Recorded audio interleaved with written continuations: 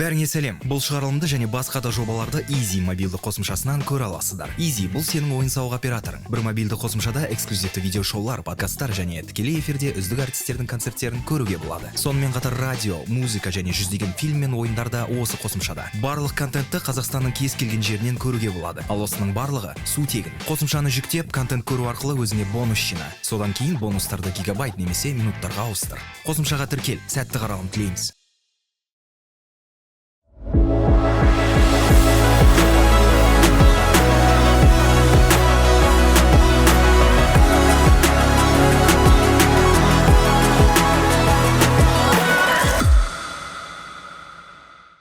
Сәлеметсіздер ме? Эфирде сан сала. Кезекті қонағымыз кәсіпкер мотиватор Арзу Алмасова. Сәлеметсіз бе, Арзу? Қалыңыз қалай? Привет, Аян. Көптен бері көріспедік, бірақ соңғы көріскеніміз біз дастархан басында көрістік енді. Бұлай сізден сұхбат аламын деп ойламаппын, бірақ дегенмен де бір осы кісіден сұхбат алсам ғой деген бір ой болған. Сол күн бүгін туылды. Өте қуаныштымын, қош келдіңіз, Арзу. Иә, Мен сағындыңыз ба? ойбой, әрине. Қазір Инстаграм жүйесі, мына соцсет деген жақсы болды. Күнде көрген Иә, жақпын. жаңа сені көріп жатқан кезде де айтып қоямын, екеуміз қарап отырсаң 3-4 жыл уақыт зымырап өтіп кетті, Уақыт зымырап. көріспегенімізге, иә.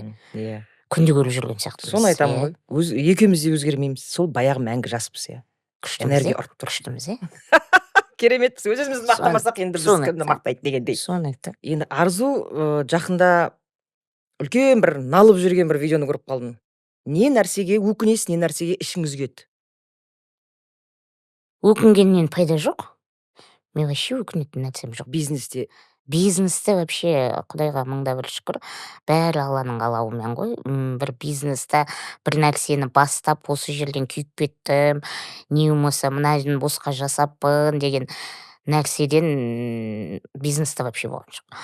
Енді өкінетін, бір ғана өкінетін бар, сол жастық шақта анау ақшаның болмай, или же анау алдыда қойған мақсат болған жоқ па, или әбден жастықпен қуып жүріп кірмейтін тесіктің бәріне кіріп, мен 19 жыл жаттым ғой, өзің білесің ғой, 19 жыл кәдімгідей түрмеге қамалғандай жатқаннан кейін, әбден сыртқа шығып алғаннан кейін не бар соның бәрін көруге тырыссам Не да. істедіңіз сонда? Казиноға да келіп кеттім. Казиноға да? Иә, әрине, көбісі біледі. Сонда жағдай жақсы болды ғой. Жалпы жақсы семьядан. Жоқ, жағдай жақсы дейтіндей емес.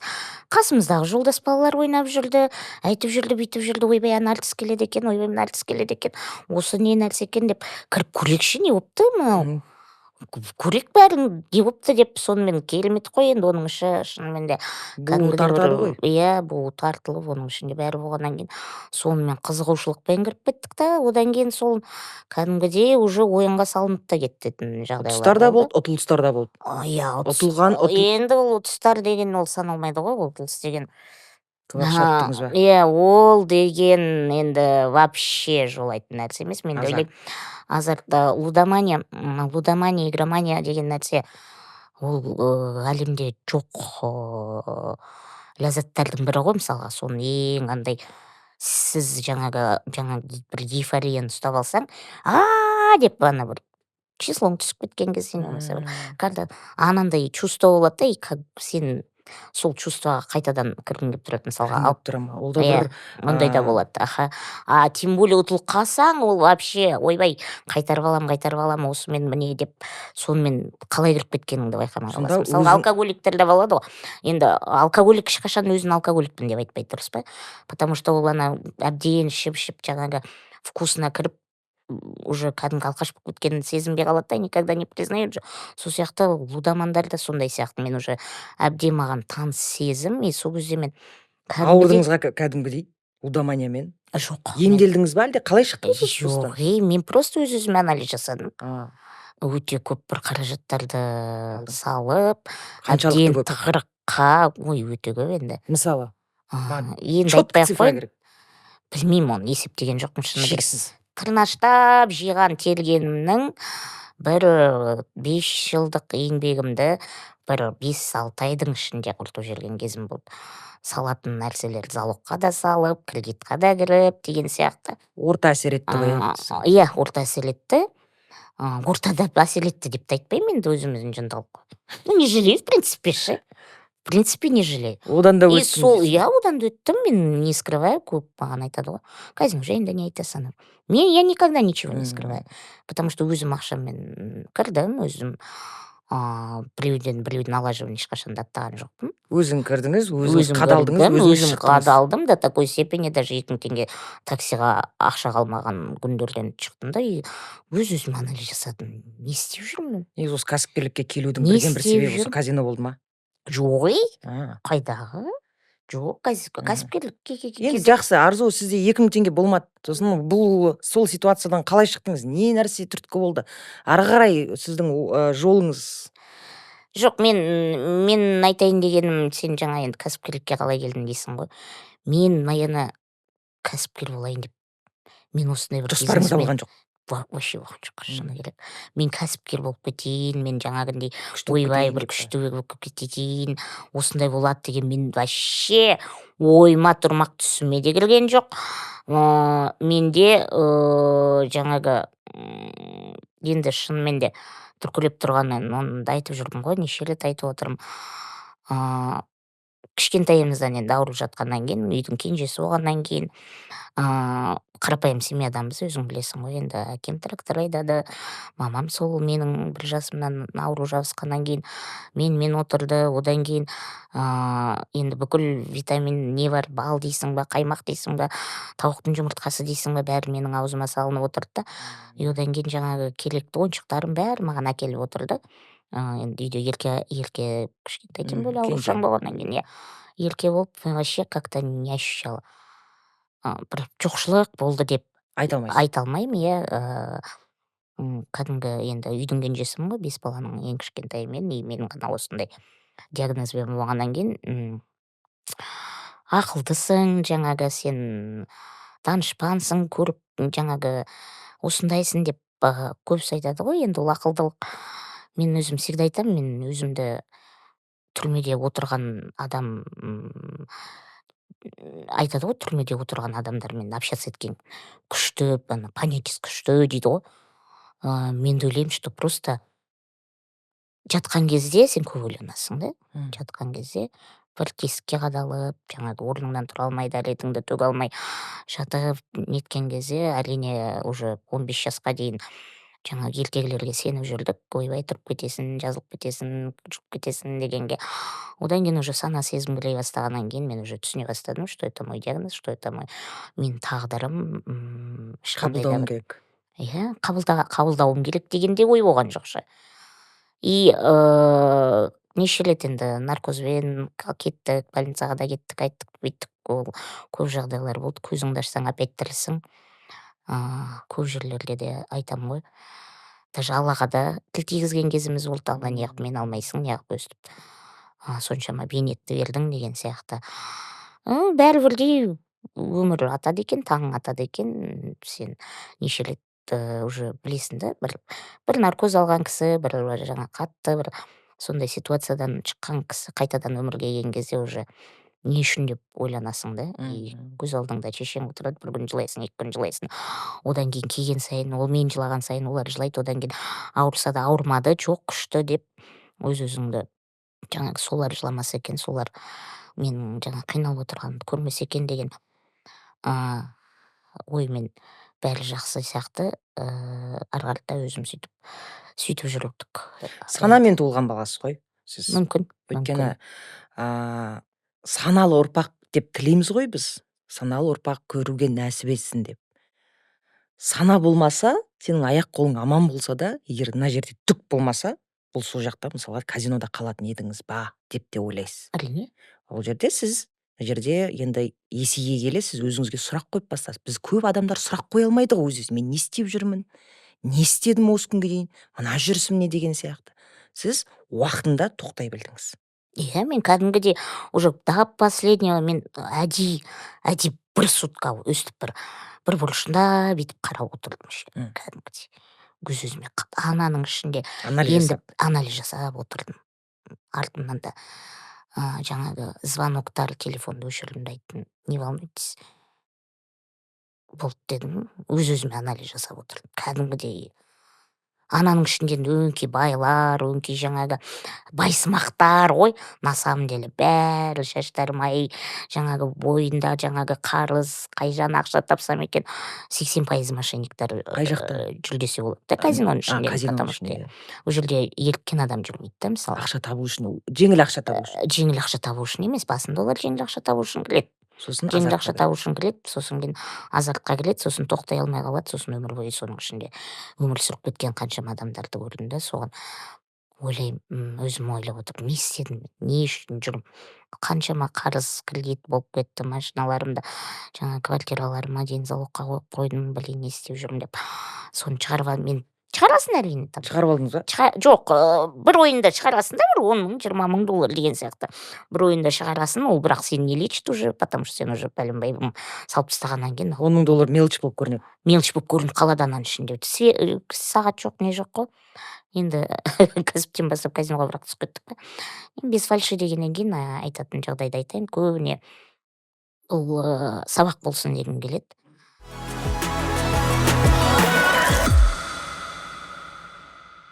Енді кәсіпкер болам деген арманыңыз болды ма өзіңіз?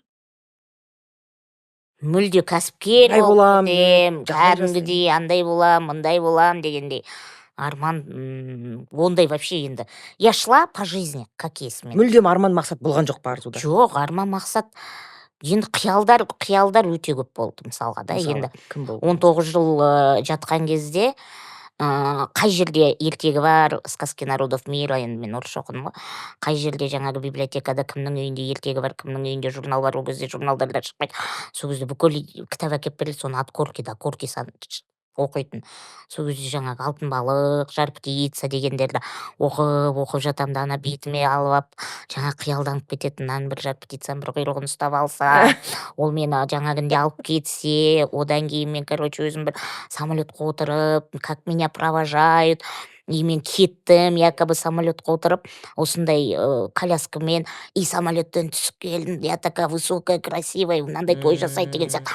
Өзім бір қиялданып ананың ішіне кіріп кетеді. Бір алтын балық ұстап алам, мынандай үйім болады, мынандай жаңағы мынандай болады, ақ болады, көк болады. Ол да бір арман ғой, қарап отырсам. Иә, соны қарап отырсам, енді ол ұмытылып кетеді да, мысалға, ол сол кездегі. Ол сол армандарым осы биыл қазір енді ол кезде біз мотивация, жаңағы андай психология, мышление деген сөздер мүлде білмейміз ғой, ондай. Қазір ғой екінің бірі коуч, екінің бірі мотиватор, әйтеуір қазір енді кәдімгідей тыңдап, кәдімгідей қарап отырсаң, солардың бәрі айтады да, арман қойыңыздар, мақсат қойыңыздар, армандаңыздар деп ше. Мен айтам, солардың бір семинарда жүргеннен кейін соларды тыңдап қалсаң, солар айтады, мен мынаны неменеге айтып отырмын, мен бәрін өтіп кеткен ғой деймін. Мен просто өзімнің бойыммен, тағдырыммен арпалысумен, өзімнің ауруыммен арпалысумен, жаңа күнделікті нанымды тауып, өзім ешкімнен сұрағанды жек көрем. Одан кейін меня очень ешқашанда маған отказ берген жоқ, бірақ та үйдегілер енді қарапайымдар ғой. Енді тырнақ бояған жақсы көресің да, мысалға базарға барған кезде не әкеп берейін дейді, лак деймін. Одан кейін әкелетін лактары қызыл, не болмаса бір цвет, екі цвет қана әкеп береді. Блин, анандай болса ғой, енді айта алмайсың оларға неғып маған 10 әкеп бермедің, неғып 5 әкеп бермедің деген сияқты. Сол кезде ойлайтын, блин, өзім ақша тапсам ғой, өзім барып выбирать етіп алсам ғой, жаңағы шкатулкам болатын, бір андай бір губкаға бір бижутерия, бір вәлелерді бүйтіп жабыстырып, өзім сондай бір нәрсе ойлаймын да. Ең алғаш балдақпен жүре бастаған кезде маршруткаға отырып алып, Каменкада галерея болатын, 1000 мелочей сатылатын, сол жерге барып, жаңағы папымнан ақша алып алам да, өзім выбирать етіп, өзің жүре бересіз. Иә, енді балдаққа тұрған кезде сөйтіп жаңағы мен әпкелеріме қосып жіберіп, солар, блин, өзім ақшам болса ғой, мен мына жерден бүйтушем деген сияқты арман болды. Одан кейін енді мамаңыз сыйлық жасағың келеді 8 мартта, ол кезде енді цветной бумага, сабын бере сап, жаңағы орамал енді әкеп бергенді білесің ғой, мысалға үйде отырып. Сол кезде ойлайтын, құдай өзім бүйтсем екен, сөйтсем екен деп. Сол базарда жүрген кезде ең бірінші мама ночнушка өз ақшам алып кеп бергенде. Сол ночнушкасы бір 10-15 жыл киді ғой деймін. Это вообще кайф та, мысалға. Иә. Ондай да болады, Керемет. Бірінші ақшаңыз қай жақтан таптыңыз? Маникюрдан таптым. Маникюрді жасадыңыз ба сіз? Иә, мен маникюрдан бастадым ғой, Аяна, сен білмейсің бе? Білмейді екен. Сол енді 19 жыл жатқаннан кейін ойлайтын да, жатасың жаңағы телевизияның қасына диван қойып береді, есік алдында мамаң там есік алдын сыпырып жүреді, ел сауып жүреді, пол жуады, үйдегі апайларым ұрсады, ананы жумапсыңдар, нанын деп, қаншық нан істемепсіңдер деп, аналар тез деп жаңа дискотекаға барады. Сол кезде ойлайтын, құдай-ай, осы жерде бір тұрып кетіп тез бәрін бүйтіп жинап тастаушы едім, мен ананы бүйте салушы едім деп, сөйтіп өзім просто қиялданып жата беретінмін ше. Өзіңізбен көп сөйлестіңіз ғой? Может быть. И сол кездері мен қазір айтам да, енді қазір маған көбісі айтады ғой, мотивация беріңіз, жаңағы ток-шоуларға шақырады, сен сияқты интервью алғысы келеді. Сол кезде ойлаймын да, сол қай бір 96 жылдар бір газетке бір публикация жасай салғам да, жаңа проституткалардың көп объявлениясын көріп, құдай-ай, мыналардың түрі де бар, бойы да бар, неғып жаман Қандай ол хабарландырудың мәтіні қандай болды? Караван газетінде шығушы еді ғой, білесің ғой? Қалай? Караван газетінде объявлениялар болатын еді ғой. Караван газет Жоқ, караван газетін білем ғой, бірақ ондай хабарландыруды оқып көрмеген екенмін. Қойшы. Шын айтам. Из рук в руки деген газеттер болды, мысалға объявлениялардың. Ол қызық болмағасын объявление мүмкін оқымаған. Енді қандай мәтіндер болды ол кезде? Енді мәтін болғанда сол кезде оқитын кітап та жоқ қой, шыны керек ше. Кітап та жоқ, подписка жасайтын сол бір екі, и то ақша жоқ қой, газетке подписка жасайтын. Бір жылда бір рет подписка жасайсың, сол кезде қай газет деген кезде енді караван енді шулап келе жатқан кезде сол караванға жазылып қоятын. Сөйтіп караванды пятница күні әкеп береді, келесі пятницаға дейін ананы бітіріп алмасам екен деп, от корки до корки астындағы редактордың телефонына дейін оқып кететін ғой. Оқитын нәрсе жоқ та, мысалға қызық жоқ. Сол кезде даже объявлениясына дейін кіріп кететін. Отдам котенка, продам щенка деген сияқтылар бар еді, оның ішінде өзі раздел болып бөлінетін. И сол кезде бір кәдімгідей 2-3 бет сол жаңағы проституткалардың массаж делаю, на дому вызов, анау деген нәрселер кәдімгідей суретімен астына күштілеп тұрып шығарып қоюшы еді ғой, енді кім естеріңізде болса. Сол кезде жатып ойланған кезде мән бермейді екенбіз біз онда. Сен кішкентайсың ғой енді, сен қайда, сендер ол кезде дискотекаға шығып жүрген шығарсыңдар деп. И сол кезде мен айтқам, сол кезде бір публикация жасай салған кезде өте көп хат алынды да, и сол кезде мен ойладым, мен 1-2 өмірді сақтап қалдым ғой мына жерде деп ше.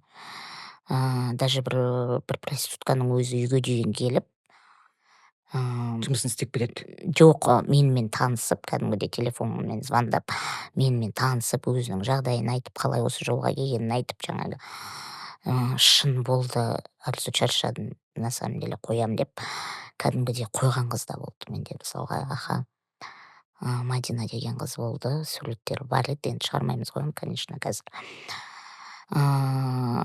Енді басынан бастап алданып қалғанда, шынымен де сабақ оқуға келген, одан анда барған, мында барған, сөйтіп алданып. Сол қыз кәдімгідей қай жаққа, бір басқа жақтың қыз, Павлодардың қызы, мен не помню. Сол кәдімгідей маған үйге дейін қонаққа келіп, мен коляскамен сүйреп алып кетіп, екеуміз көп әңгімелескенбіз. Одан бір әйел болды, жаңағы Қостанайдан тоже, мен айтып кеткем ана жолда, атында не помню даже. Кәдімгідей базар, жаңағы Россиядан товар тасып, Қытайдан товар тасып, енді шығып жатыр ғой қазір, Гуанчжоуға барған сияқты. Ол кезде енді коммерция пайдаланып жүр. Сонымен 2-3 әйел товарға барып келіп, Россияға жаңағы товар сатып жүрген кезде үйге келсем, күйеуім 4 баламен сілеп қатып жатыр дейді. Естиіп қайтыс болып кеткен да. Сол кезде уже өз-өзіме қол жұмсағым келіп, жаңағы 40 күн мен дежурка етіп отырып дейді, жаңағы туысқандар. Сонымен мойныма жіп салып туалетке бардым дейді, жаңағы бұл туысымен. Туалетте уже темекі шегіп отырып, ол кезде туалетный бумага жоқ еді, сол караван газет. Тағы караван келді. Сол караван түскен ғой, сол караван түсіп, ананы оқып дейді, мойнымдағы жіпті шешіп сізге хат жазып отырмын деп. Сол кезде мен ойландым да, мен өз-өзіме бір какой-то бір не алдым ше, сол кезде. Ниша алдым, бір тағдырды. Біреудің өмірін өзгерте алады екен. Біреудің өмірін өзгерте алады екен. Енді өте көп болды. хат мөшөктөп келетін караванға келетін, караван домашний адресті бермейік, через караван редакция арқылы маған үйге күнделікті хат түрмеден де келеді, андан келеді. Енді қиналған адамдар өте көп. Ол кезде телефон не жоқ қой. Тегін ешқандай жай ғана сөйлесіп отырасыздар. Хат жазсамыз кәдімгідей. Еще керегіне ананың ішін оқимын, анау вообще ермек болды маған. Керегін, ұялы телефон да жоқ. Ұялы телефон жоқ, сондай болды. Даже Даниядан бір художник әлі күнге дейін менде фотолары бәрі маған жіберіп, виза жіберіп, жаңағы Данияға кіріп кеткен ғой. Ана караван каким-то образом Ташкенттің тұрғын екен да, бұрын Ташкентте тұрған. Одан кейін Данияға көшіп кеткен. Зенин деген, Евгений Зенин деген кісі мықты художник кәдімгідей. Сол айтады да, Ташкентте маған посылка жіберіп дейді. И мынандай неге орап ше, газетке орап еді ғой, аха. Сол ана орысша газет болғаннан кейін обкорки сізді не деп жаңағы сол жіберіп, сонымен переписка болды. Сол кезде мен ойладым, вот видите, как надо, да. Керек екен ғой деп. Ол неше жастасыз сол кезде? 96 шығар, сол 96 жылдары. 20-22 енді мен енді постельден сол 97-98-дерде тұра бастадым. Енді өмірдің жолын айтатын болсақ, негізінде бәрі Алланың қалауымен. Бәрібірде талпынысты. Бәрібірде тағдырың болады. Менің бір таңғалатын жағдайым, мен даже ауырмай тұрған кезде мен құмалаққа түскем ғой. Енді мен ауру 1 жасымда маған жабысты ғой. Жабысқанда да жабысайын деп те жабысқан жоқ. Просто папам бір жаңағы құмалақшыға да бармайды. Сол жақта трактормен қазып жүріп, бір апаның үйіне жаңағы чай беріп нетеді, сол жаңа құмалақ ашады. Соған мен түсем. Кішкентай қызым бар екен. Қалды болып толыпты, оң жақ аяғында қалы бар екен. Соны байқаңдар, көз тиеді. Қатты қараңдар деп сөйтіп айтқан екен да. Ол одан кейін үйге келіп мамам айтып келеді. Осындай ырзып түсті. Құмалаққа десе, мамам жатмасыншы, жаңағы құмалақшың қайдағы, ауырайын деп тұрған бұл қыз жоқ. Балпанақтай кәдімгідей карапуз бала болған бұл. Мына қыз ауырайын деп тұрған жоқ, жати береді, қайда құмалақшыға сен деп сөйтеді. Қайда қалды жоқ, ешқандай да қалды жоқ, ештеңкесі жоқ, қумасын деп сөйтіп. И мамам бір күні жаңағы мен сылап отырып, шат болады ғой енді екі мына. Мен толық бала болғамда шаттың ортасында андай қысыл полоска. Мамам оны жаңағы қызарып кеткен екен деп май жағады, құйрық май сөйтіп жүреді. И бір күні мамам байқайды. Мынау мен қызарды деп жүрсем, мынау қал ғой бергеш депші. И бүйтіп сескеніп қалады да, мынау жаңағы құмалақшын. И қайда жоқ деп мән бермейді, елемейді. Өтірік сөз депсі. Сөйтіп айтқанша болмайды, бір айдың ішінде, бір айға болмайды, енді мамаларым айтады ғой кейіннен. Бір ай болмай жатып, енді үйде қонақ шақырып отырған кезде, мені жаңағы 7 жаста апайым бар, одан кейін 4 жаста апайым бар, мен кішкентай 11 айлық. Бәрі бала шағаны ойлап отырған кезде, аналар көтеріп жүгіріп қуаласпақ ойнап, сөйтіп мен астында қаламын, құлап. И аяғым сынып кетеді. И сөйтіп ауылда кәдімгідей гипс салады барып. Енді толық бала, енді қарап отырсаң, врачебный халатность деп те айта аламайсың. Гипс салады да 10 күн болмай гипс шешіп тастайды. Потому что енді жаздың ыстығы, шілде, как раз 11 ай, сол июнь ыстықта жаңағы бала мазасызданғаннан кейін апарса, бұл шешіп алып тастайды да, еще сол алған бетте мен столға тік тұрғызып қояды да, енді міне депші. Сол кезде жаңағы өзі толық бала жаңағы жер қайтасын кетеді. И содан енді олдан кейін мен зерттеймін ғой, ол неден мен ауруым осындай пайда болды. Бергілікті ғой. Несовершенная стегнос всего скелета деп диагноз қойылған. Сүйекте кальций дамымай қалған. Енді оны да кейіннен интернеттен қараймын, не үшін кальций дамымай қалды. Әке-шешем толыққанды, ол генетика, бүкіл анализдерін бәрін тапсырды, ешқандай туысқандық қатынаста жоқ па, жаңағы осындай не болды дегенге. Содан кейін қарасам, енді екі қабат әйелдер мысалға кальций іш дейді. Екі қабат әйелдердің ішіп жатқан кальций бүкіл балаға кетеді ғой. Шаш түседі, мысалға бел ауырады, тіс ауырады деген сияқты, потому что ішкен организмге бәрі балаға кетеді. А бала 5 жасқа дейін перелом алса, жаңағы бүкіл организм, табиғаттың жаратылысы, жаңағы біткен сынған жерге бүкіл кальций сол жерге барады да, сварка құсап жаңағы кальций сол жерде бітіруге тырысады да, мысалы. А ол егерде жылына 2 рет перелом болса, это катастрофа уже бүкіл ана усилен организм сол жерге ғана жұмыс істейді да, и уже сенің организмде кальций аз болып қалады екен да. Енді ол кезде кальций берген, кальций глюконат бір бәлелер шығар енді деп ойлаймын. Ауылда тем более. Сонымен кальций жетіспей қалған. Содан жылына түшкіріп қалсам, аяғым сынған, түшкіріп қалсам. Көтеріп былай жүреді, сонымен сынады, епістайды, қайта жатам, енді тұрып, енді міне көтеріп келе жатады, не болмаса там түшкіріп қаласың, ауырып қаласың, балалар қақып кетеді деген сияқты. Жылына бір 7-8 переломнан алып отырғам ғой енді.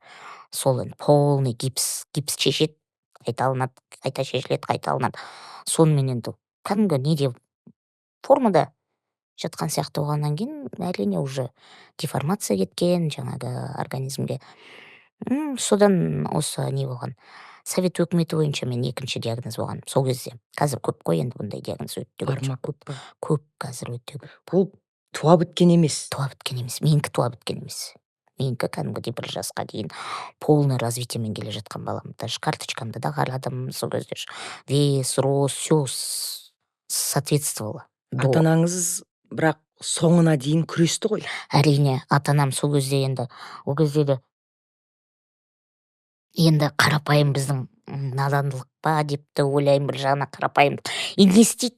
Врачқа апарады, болмайды, анасына сынықшы, балшы, емші, соған тасыған ғой уже сынықшыға. Мен айтам, кей кезде мамама айтам ғой, мен ана сынықшы бүкас дейтін лепсіде тұратын. Аяғым сынса болды, соған апаратын мен жаңағы сынық. Мен айтам да, ана бүкастың түрі менің көз алдымда, сен ойлашы. Қорқынышты ма? Бүкастың түрі, и оның Төлеген дейтін шалы болған, бір көзіне ағы есегімен кәдімгідей. Ана мамам айтады, қойшы осы сен қайдағы жоқ дейді. Не может быть сенің ойыңда он қалу дейді да, сен өзі 2-3 жаста болған. Мен айтам, может от того, что мне до такой степени больно было, страшно было. Сол образ алдымда қалыптасып қалған сияқты. Аяғым сынып кетсе, ойбай бүкасқа апарамыз, ана қисық салады да, енді өзі травматологтар сынықшыға. Сол кезде ойлашы, сынады, ол кезде енді надандылық қой, бүгін сынама, ертең папым барып жұмыстан сұранады, ол кезде совхоз, бір күн бұрын сұрану керек, одан кейін 2 күннен кейін мені анаған апарады, ол кезде уже анау қызып, уже сынық уже неткен. Сол кезде жылқының майын жағып, ананы бытырлатып сындырып, кәдімгідей рейкімен бүйтіп таңатын, без наркоз ойлашы. Қандай жаңағы миға дейін мен до такой степени ана сүйекті живой без наркоза сондай сынықшымен. Мен қазір айтам, сынықшыға, балшыға деген нәрсеге сразу қараңғылықты жасамаңыздар деймін да. Мен прям шынымен де жүрегім қатты ауырады. Сынықшы, балшы деген. Әрине болады енді бір вывих бір андай-мындай нелер болса. Содан кейін ба деп қалам бір жағынан жаңағы есімде кішкентайымнан қалған. И одан кейін коляска жаңағы кәдімгі балалар сөйлейтін мынандай басында мынандай бар коляскалар бар еді ғой, сондай отырғыз қойып сөйлеп жүретін. Одан кейін сол 6 жаста апармаған жері жоқ, сол Алматыға да Семей облысы Маханшыдан көшіп келдік қой.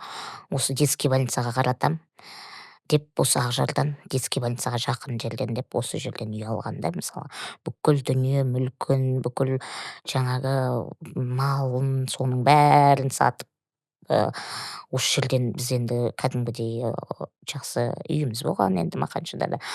Соның бәрін сатқанда, как будто біз Дубайға көшіп келген сияқты болғанбыз ғой енді. Мегаполис. Мегаполисқа. Сол кезде мені қаратам, жаңағы мамамның сол кездегі алғырлығы шығар, балаларым қалада болсын деген сияқты.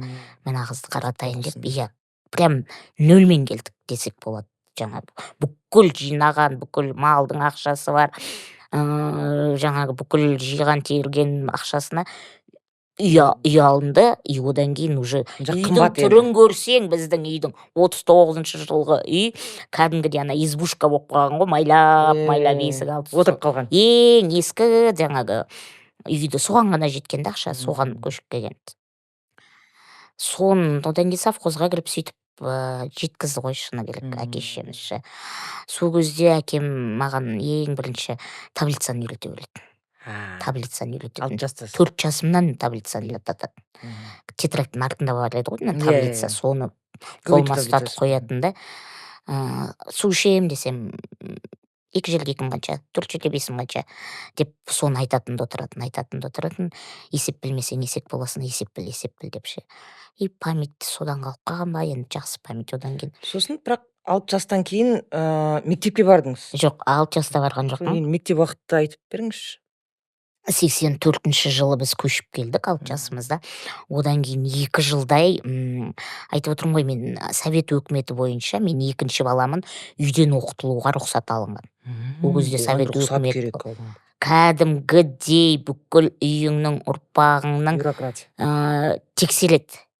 Жаңағы әкең алқаш емес па, жаңағы мұғалімдерге безопасность жасайды. Үйге келіп сабақ оқыту үшін соны 2 жыл жинады мамам документтерін.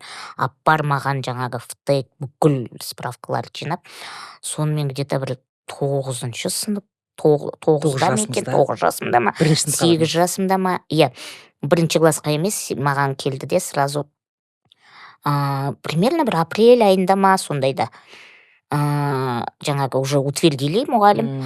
Сонымен мен сразу 2 классқа деп біріншін қатты көп оқыған жоқпын ғой, не помню даже. Сонымен әйтеуір таблицаны біліп. Әріптен бұрын таблицаны білесіз? Иә, әріптен бұрын таблицаны білем. Үйде атымды жаза алатын печатный қылып, сөйтіп үйден мұғалімдерге оқытып. Қанша уақыт осылай? Үйден оқыдым, бүкіл 11 классты. Үйден мектепте сол мамам соны ыңғайлап алған ғой. Мектеп қасымызда келесі. Ол кезде жатасыз ғой, ол кезде әлі тұрмайсыз, жүрмейсіз. Жатам, ол кезде одан кейін ең қызығы мен мынандай бүйтіп көтеріп жүреді, енді аяғым енді біткен кезде бүйтіп еңбектеп сөйтіп жүріп, и то бір бала келіп чалып кетсе, не дай бог там еңбектеп бір нәрсеге шыған десең сөйтіп кетеді. Сонымен бүйтіп мен көтеріп жүреді. Алақандарына салып көтеріп жүреді. Ол кезде ең қызығы өмір вообще бәрі қазір ғой, енді бәрін есіңе түсіресің. Мектепте металлолом жинаушы еді ғой, білесің бе, бүкіл балалар металлолом. Сол үйдің мектептің қасы. Бүкіл темір-терсектің, бүкіл ауылдың темір-терсегін жинап тастайтын. Папам сол металлоломға барып, стойка алам, жаңағы не алам деп, үйге қора жасайым деп, сол жаққа барып көрем деп, мен көтеріп барып, сөйтіп отырған кезде жаман біреудің қаңырылсы жавчына балдырған белсебеті. Біреу әкеп тастағанда жаңағы несі. Ескі, енді анау педальда крутить етілмейді. Соның үстіне мен отырғызды да, мынаның үстіне отыра тұр, мен қазір ана жерден стойкаларды үйге апарып тастайын деп.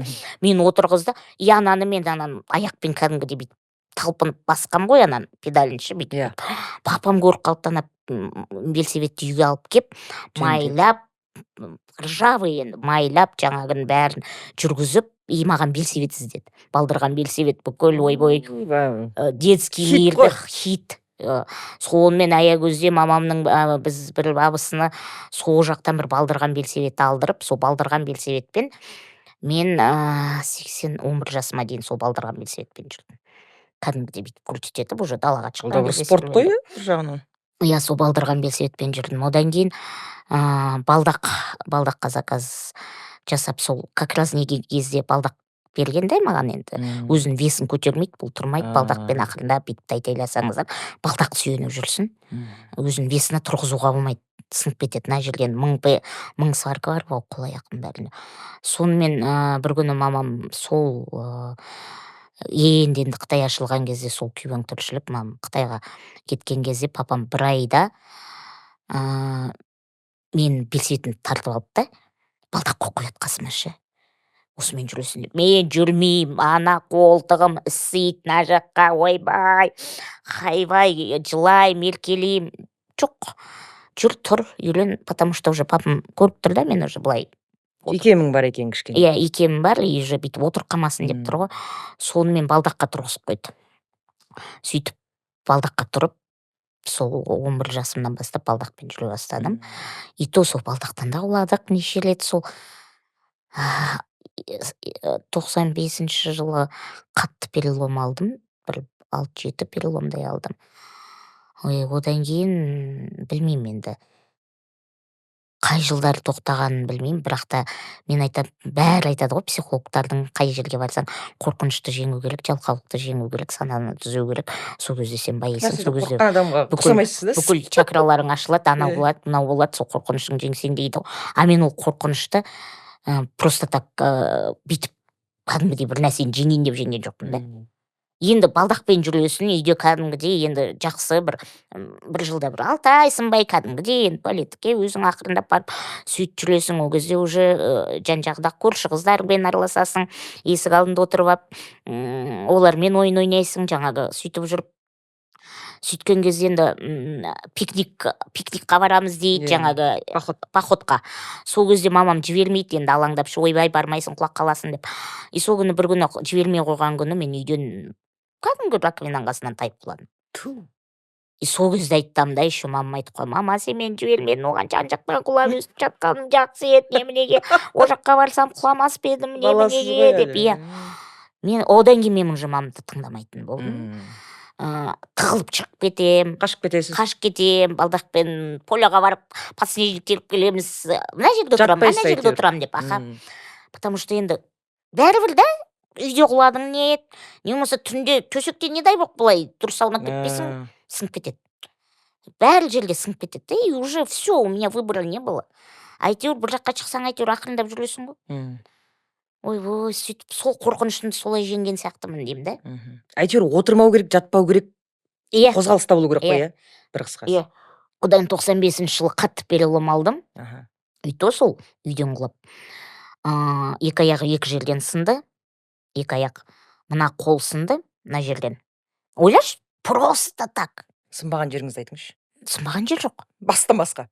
Иә, бастан басқа сынбаған жер жоқ. Сол Алла тағаланың басымдығына сақтап қалған. Мына екі қол, былай екі аяқты келеді, малай гипс, астыңа утка, анау пролежін, не қаси алмайсың, шырылдап жылайсың, даже туалетке бармайсың лишний раз, чтоб сенің астыңа утка салған кезде өте ауыр болады да. Сонымен жатасың, аспанға қарап. Енді сол кездері өте. И сол кезде операцияға, кәдімгідей операция болып, уже кәдімгідей жасалып. И жаңағы травматологымыз, өзіміздің құдамыз да, мен травматологым сол операцияға кірді да, сол кезде енді ол келді, мені көрді, мен андай бөлмеде жатырмын өзім комнатамда. Олар жаңағы залға чай ішуге көріп алып кетті да. Сол кезде жаңағы құдам айтады да. Уже тұрдым жаңағы сынықтан кейін, 2 айдан кейін мен тұрғызып көрді. И мен мына екі аяғым мына нем, тізем бүйтіп ұстамайды, марионетка құсап ше, бүйтіп кәдімгі жіпте тұрған сияқты. И сол кезде Асқар құдамыз айтады да, ана тізесінің сіңірлі де жыртылып кетті ау деймін. Енді балдаққа да тұра алмайды, аяғын ұстай алмай тұр деді да.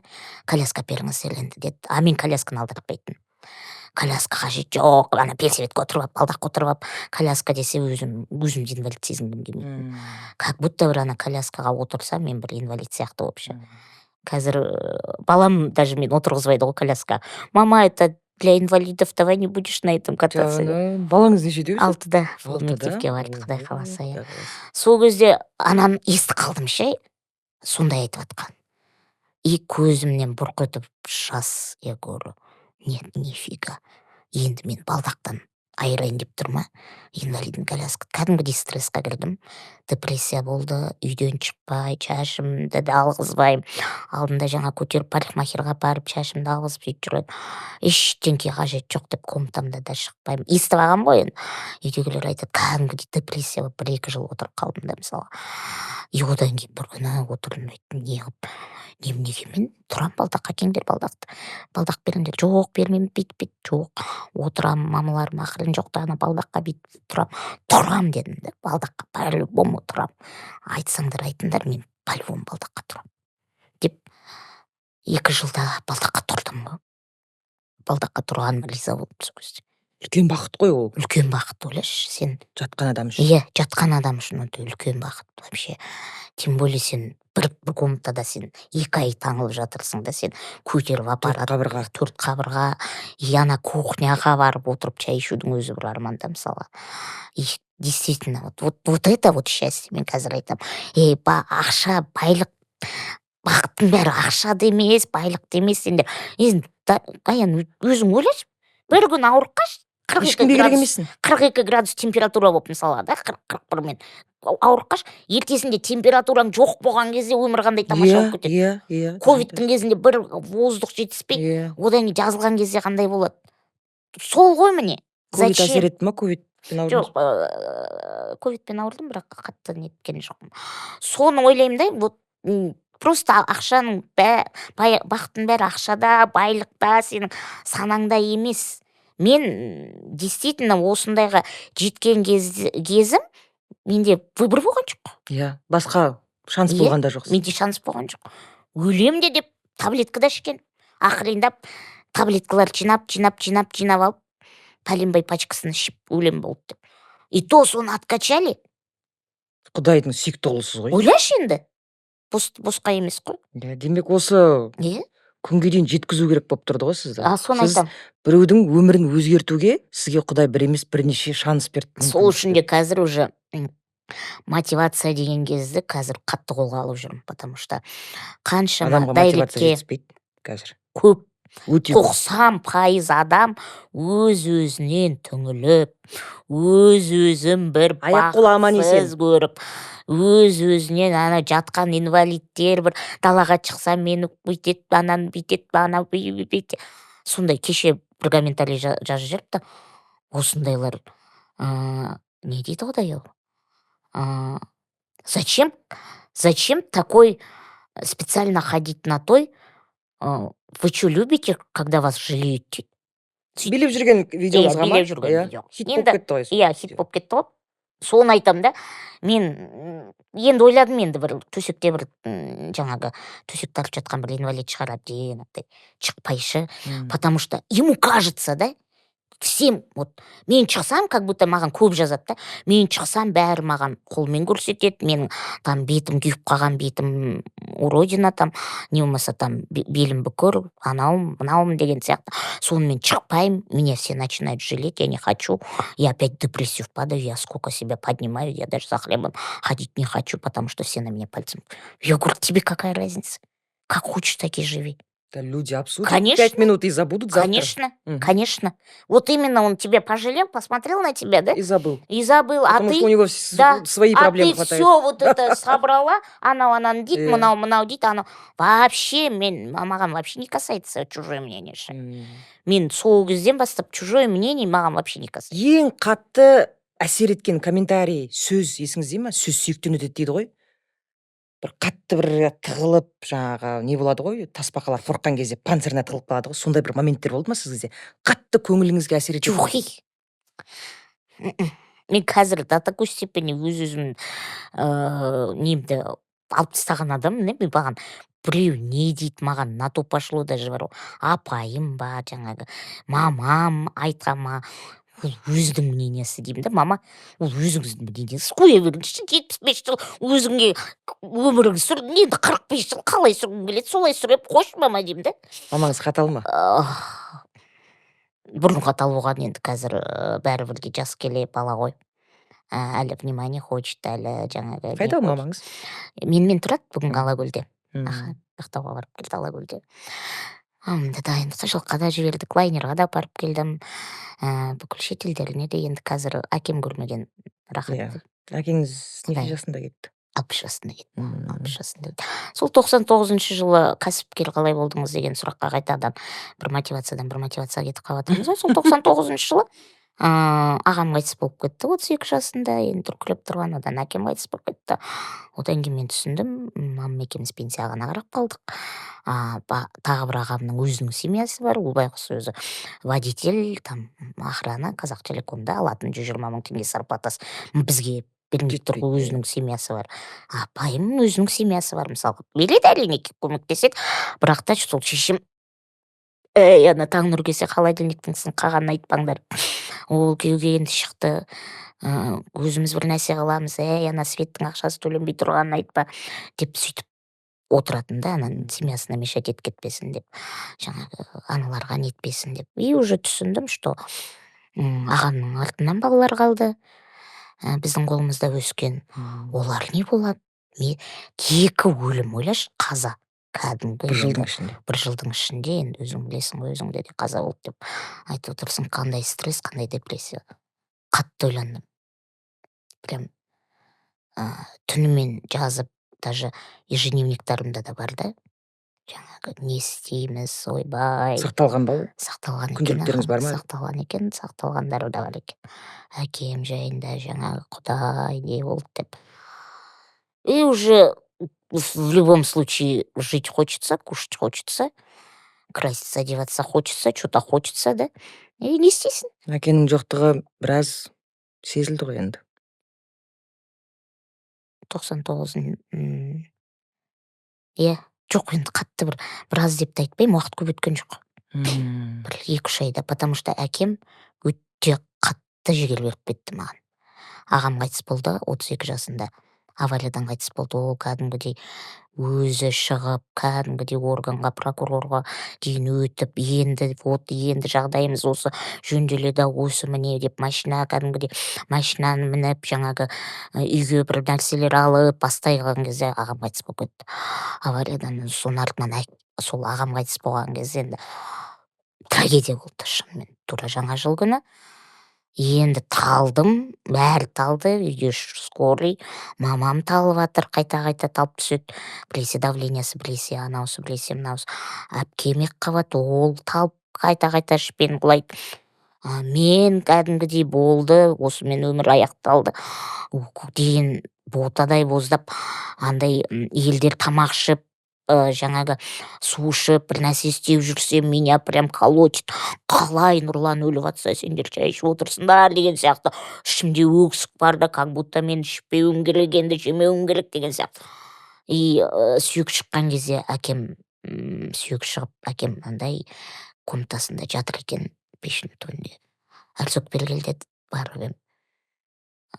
Еще әкем ол кезде бәрі далада, еркектер далада көңіл айтып тұрады да, әйелдер іште отырады ғой. Еркектер даладан көрісіп әйелдерге енді кіріп, енді жаңағы жылап жатса, әкем артынан жүгіріп келеді, мамам ұрсады. Қатын, болды, бәрін жылатпа, мына балаларды ойла, болды, өлетін адам өлді, болды, жылатпа енді, жылатпа деп мамама ұрсады да жаңағы. Қой енді, тоқтат мыналар, енді мамам жылаған сайын біз оның қасына біз арғы. Мамам ұрсады, қақпас болдың ғой, сен балаң өліп жатыр, сен мені қайтып тоқта деп айтасың деп. Сол кезде папам мені шақырып алды да, түнде жатыр екен. Арзок бергел деді. Сосын кейін айтты, бұл өмірге келетін адам, келіп өлетін адам өледі, әркімнің өзінің уақыты бар. Міне Нұрлан кетті, менің ішім ашымайды дейсің бе? Бірақ та сендер бұл өмірдің заңдылығы. Ертең мен де өлем, ертең шешең де өледі, ертең кім өлмейді білмейміз. Бұндайда өлімде сынақ, сен қатты ұстауларың керек. Жылайтын кезде отырып, жылап алып, одан кейін ары қарата өмірлерің бәрі өлмейсіз, ешкім өлмейді. Өлгеннің артынан ешкім өлмейді. Сен ақылдысың ғой, қара. Сен егіліп жылап, анау шешең егіліп жылап, анау гүля жылап отырып, анау ертең өлсе, анау өлсе. Мына кім? Сен ақылдысың ғой, өзің тоқтат, қатты жылама деді. Тоқар деді. Меған да ішім күйіп бара жатыр, бірақ та өлгеннің артынан өлген жоқ. Осыны сөзді есіңе сақта. Ертең мен өлсем де егіліп отырып жылап отыруыма, шешең өлсе де егіліп отырып жылап отыруыма. Ол өледі, топыраққа айланамыз бәріміз, бірге бар, бірге. Вот мотивацияны сол, одан басқа не керек. Әке кеткеннен кейін? 6 айдан кейін әкем кетті, иә. Жыладыңыз қатты? Жоқ. Бірақ уәдесі бар ғой. Сол есіме қатты түсті, иә. Қатты түсті, есіме қатты түсті. Әкем де өледі деп ойлаған жоқпыз. Алдында ғана больницада тексеріп шығарған. Бәрі жақсы, бір өлетін диагноз болмаған. Аяқ астынан қан құсты. Қан құсқан кезде язва желудка деп алды. Операцияға врач шығып цирроз печени деп шығарды. Бауыры езіліп кеткен дейді да, енді он сам себе заработал, от алкоголизма бывает дейді да. Біз айтамыз, әкеміз өмірі бір грамм ішпеген, өмірі ішпеген. Не знаю, это только у алкоголиков так разлагается дейді. Сол кезде қазақ жаңағы өзіміздің апаларымыз үлкен кісі, бауыр езілді деген осы екен ғой деді, қайғыдан. қайғыдан бауыр езіліп кетеді деген осы екен. Потому что әкем бізді жылатпаймыз деп бізге кәдімгідей Ішінен тыйылған ғой. Қатты түңілді. Мен баламды өлтіріп кетті. Мен Қарағандыға бармадым, сол жолы өзім барып тексеруім керек еді деген сияқты. Ол Қарағандыда авария болды да. Енді жолдастары сүйікті алып келді ғой, авария шынымен де КамАЗдың астына өлтірді оны, ол өлетін адам бала емес еді деп қатты түңіліп кәдімгідей түн ортасында 2-де тұрып пештің аузын ашып алып темекісін шегіп бүйтіп отыратын. Сол бауырдан езіліп кетті де. 6 айдың ішінде әкем қайтыс болып кетті. Тұрмай қалды. Комадан шықпады. Сол кезде я реанимацияның алдында отырам, кіргізбейді, ары қарай реанимацияға папам жатқа тың деп тұрады. Естіп тұрады, тың. Алладан жалбарынам, тың деген дауыс шықпаса екен. Тыңдап тұра берсе екен деп. Бір сутка ұстадық, одан кейін кетті. Жаздың шілденің 22-сі күні кетті, жаздың ыстығы. Келген кезде енді алып келдік. Сол уже есім жидым. Жаңағы ағам дүркілеп тұрған екінші ағам енді оны еркін деп атын қойғаннан кейін ол ешқашанда мынандай бір лидерство бір нәрсе болмағанда, ол өзімен өзі біз бүйтіп жүрген бүкіл ауыртпашылық енді түседі ғой семья болғаннан кейін. Қаншама қой қалды, мал қалды, мысалға қара алмай аяқ астынан қойын бағып жүрген кісі ғой. Жылқы деді, ойбай жылқысын сою керек, ойбай палатка құру керек, ойбай басталып кетті кәдімгідей суматоха бір күннің ішінде. И қарап, енді бәріміз жылап отырмыз, сөйтсем мұз керек дейді да, енді жаздың жаңағы мәйіттің басына қойғанға. Мен былай естіп отырмын да, жылап ақырын шығып кетемін да.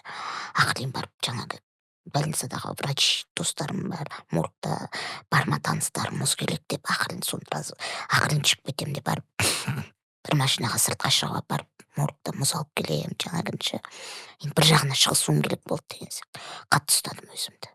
Жан жаққа жақсы алдым да, мама болды. Әкем айтқан, егілме, жылама. Өмір сүріңдер. Өмір сүруіміз керек. Қатты есейдім. Бір күнде есейіп кеттіңіз. Бір күнде есейіп кеттім. Оның алдында вообще ойламаған сияқты, одан кейін көп ойлар келді. Ары қарата өмірсі. Одан кейін сол қиыншылықтар болды, жаңағы светтің ақшасы төленбей, пенсияға қарап деген сияқты сол кезде алдым да. Сол курсы маникюра деген жазылып тұр екен. Мамам мына курс маникюра 7000 теңге. Караванда. Сол караванда. Өзім мен тырнақты бүйтіп бояп, кішкентайымнан қызғанысыз. өзім жақсы көретін нәрсе, сол тырнақ бояу, тоқыма тоқу. Осы курста не үйретеді екен? Андай художественный маникюр деген маған қызық болды да. Мен, потому что өзім бір пастамен гүл салатын да, анау художественный маникюр деп кәдімгідей суреттер. Мынаны қалай салай, осыны барып өзім оқып, өзіме осындай жасайыншы деген сияқты. Мамам айтты, мама 7000 теңгеден курс бар екен, 7000 теңге алайын мен пенсияның ақшасынан. Көп ақша көрін. Ақша ғой. Пенсияның өзі 30-ға жетпей 27000 теңге ма? Осыны барып оқиын, маманы Гагарина Басенова декен, 2 маршруткамен барасын. Ой деп мамам 2 маршруткамен қайтып жүресің деді. Қойшы мама, барайыншы, оқығым кеп тұр, осын барғым кеп тұр, көргім кеп тұр деп. Сөйтіп соны оқыдым. Оқыған кезде уже с трудоустройством болды. С трудоустройством болды да, мені Зеленый базарға бір салонға сразу сол жаққа направить етіп, сол салонға жұмысқа жіберді. Олар жұмыс берушілер заявка береді ғой енді. Сіздің жағдайыңызға қарап ештеңе деген жоқ па? Жоқ, ештеңе деген жоқ. Ләмем деген жоқ. Қолыңыздан келе ма, келмей ма, шаршап қалмайсыз ба деген. Жоқ, просто енді оларда договор бар, видимо, трудоустройство деген. Ана салонға бардым. Салонға барып 1 күн істедім, 2 күн істедім. Ана салонға апару үшін 1 күні мен сестрам жетектеп апарып тастады, 3-5 Зеленыйға бардық. Одан кейін келгенше маршруткада мамаңды отырды. Ертесі күні барған кезде сестрам барып таксимен барып алып кетті де, қанша таптың деді. 2 маникюр жасадым, 200 теңге дедім, 200-ден 400, оның жартысын жаңағы салонның хозяйына білесің.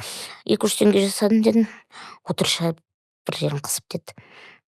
200 теңге болды ма сол кезде? Маникюр 200 теңге. переживать етіп өлетін болдық, ана шешеңді өлтіресің, остановкада жүр бағанадан сені аңдып деді. Отыр үйде деді. Не істейсің? Жарайды деп. Одан кейін аламын да объявление. Анан өліп бара жатырмын, практика керек, жаңағы күшті жасау керек. Ұнайды ғой.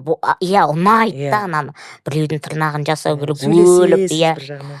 Есік алдындағы көршілерді шақырып алам, бергенде күшті Жасаймын маникюр деп. жасап беремін деп. Оған маникюр жасап, көшеде қыздар кетіп бара жатса, пошлите, аламын сені. Одан кейін алдында жаңа қолмен объявление жасап, есік алдына делаю маникюр на дому деп шығардым. Келді. Иә, көршілер енді келіп сөйтіп жүрді, бірақ енді кухняда жасайсың ғой, ол неудобно, бір жерде тамақ ішіп жатасың, ол кеткенше неудобно болды. Одан кейін сол бір почтаның ішіне кіріп кеттім де, енді ол почтаның әңгімелері талай жер уже қабырғасы тізе шығып кеткен әңгімелер болып, талай рет айтылған.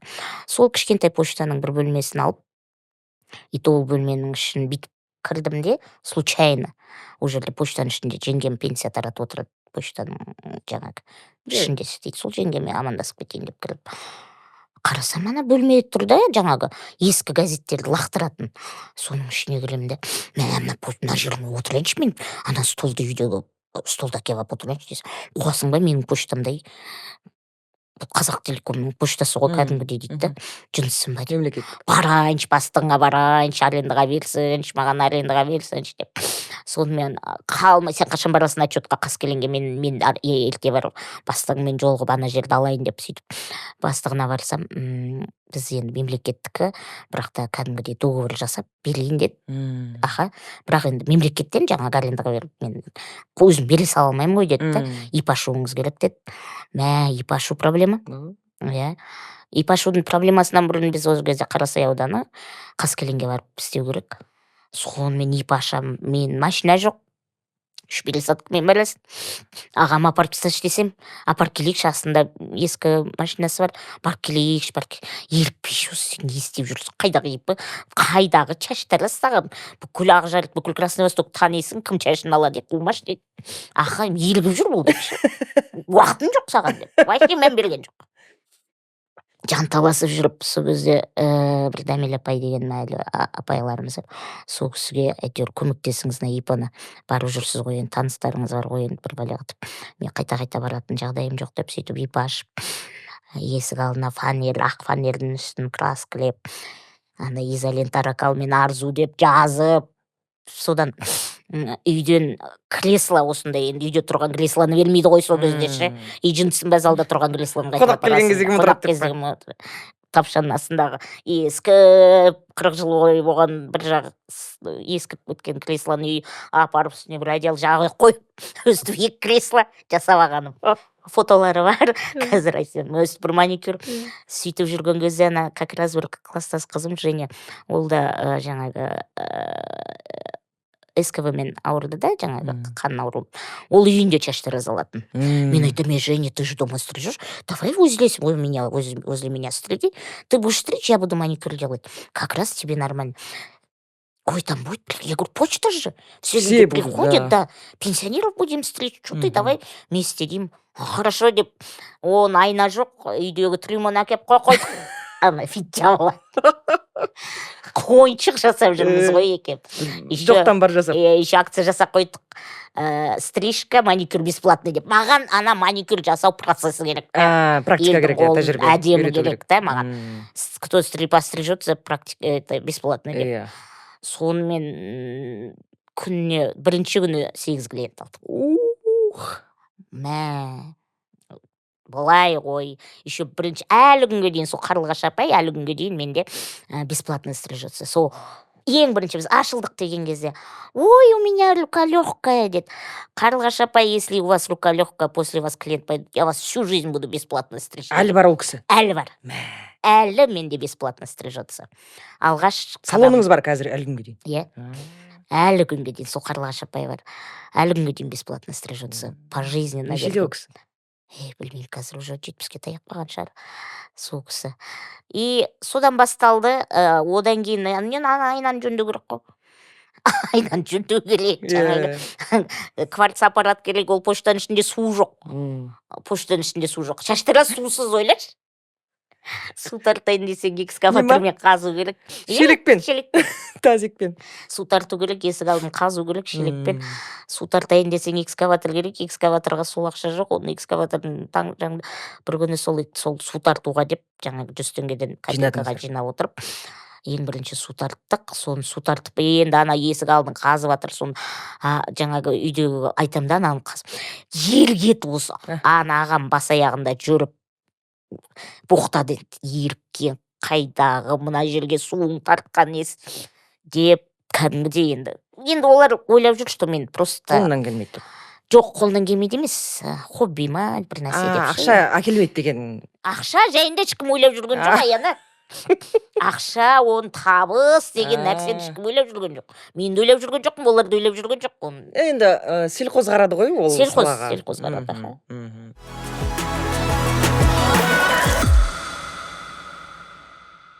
Ең бірінші ақша тапқан салаңыз ол маникюр.